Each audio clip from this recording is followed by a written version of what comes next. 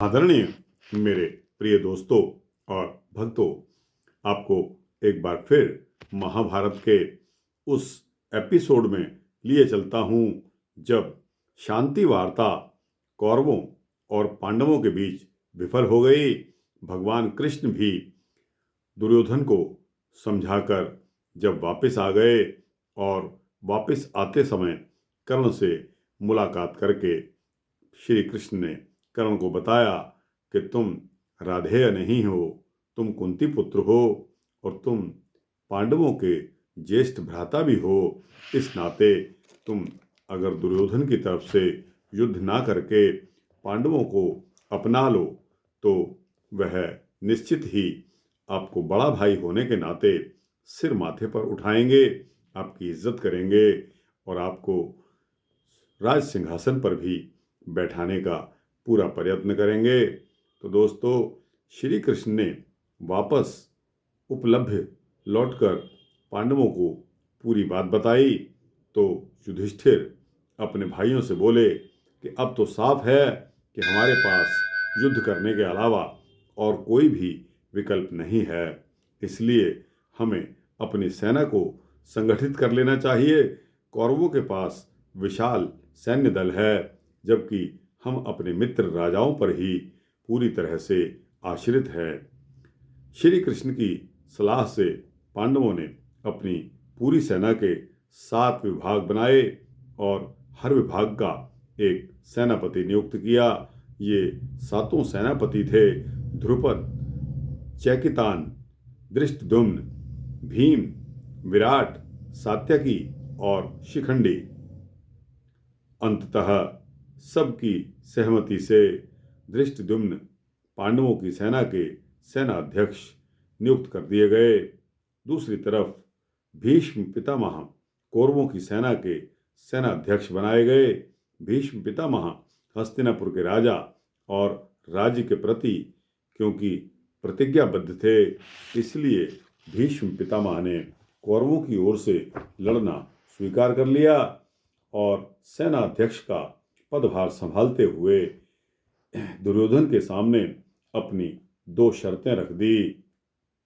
दोस्तों, यूं तो दुर्योधन की और भीष्म पितामह की किसी भी तरह से बनती नहीं थी, लेकिन क्योंकि भीष्म पितामह हस्तिनापुर के राज सिंहासन के प्रति प्रतिज्ञाबद्ध थे और उन्होंने उसका राज सिंहासन की रक्षा का संकल्प लिया था, तो इसके पश्चात उन्होंने दुर्योधन के सामने जब 2 शर्तें रख दी तो उसमें से पहली शर्त तो यह थी कि मैं अपनी प्रतिज्ञा से बंधा होने के कारण तुम्हारी ओर से जरूर लड़ रहा हूँ, किंतु मैं पांडवों को नहीं मारूंगा, लेकिन हाँ, जब तक मैं युद्ध भूमि में रहूंगा तब तक उनकी सेना को टिकने भी नहीं दूंगा। दोस्तों, भीष्म पितामह के मुकाबले कोई भी धनुर्धर उनको पृथ्वी पर हराने में सक्षम नहीं था और दूसरी शर्त यह थी कि भीष्म पितामह ने कहा कि मेरे रहते कर्ण युद्ध क्षेत्र में प्रवेश नहीं करेगा। वह भले ही तुम्हारा कितना ही बड़ा हितैषी और प्रिय मित्र क्यों ना हो, किंतु वह मुझे सम्मान की दृष्टि से नहीं देखता है।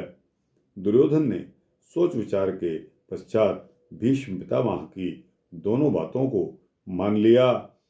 दोनों बातों में यह था कि मैं पांडवों को नहीं मारूंगा, लेकिन जब तक मैं युद्ध भूमि में रहूंगा तब तक उनकी सेना को टिकने नहीं दूंगा।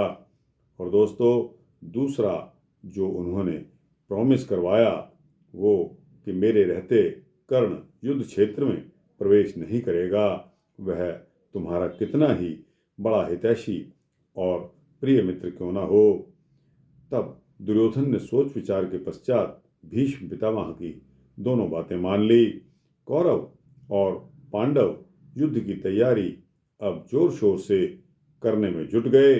दोनों ही पक्षों में अधिक से अधिक सहयोगी राजाओं को अपने साथ मिलाने की एक होड़ सी लग गई, ताकि उनके सैन्य दल को अपने साथ मिलाकर सेना का विस्तार करके युद्ध में जो है सफलता प्राप्त की जा सके। उन दिनों द्वारकाधीश के पास वीर यादवों का एक विशाल सैन्य दल था।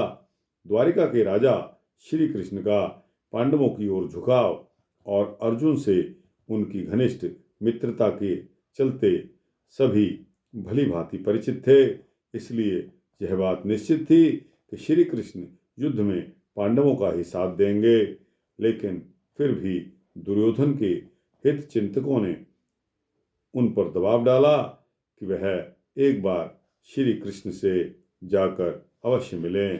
तो दोस्तों, श्री कृष्ण से मिलने के उनका एक ही मकसद था कि किस तरह पांडवों को हराया जाए और किस तरह श्री कृष्ण को अपने पक्ष में किया जाए। दोस्तों, यह वृत्तांत महासंग्राम की तैयारी का, महाभारत में महासंग्राम की तैयारी आपको यहाँ समाप्त होता है। आपको कैसा लगा?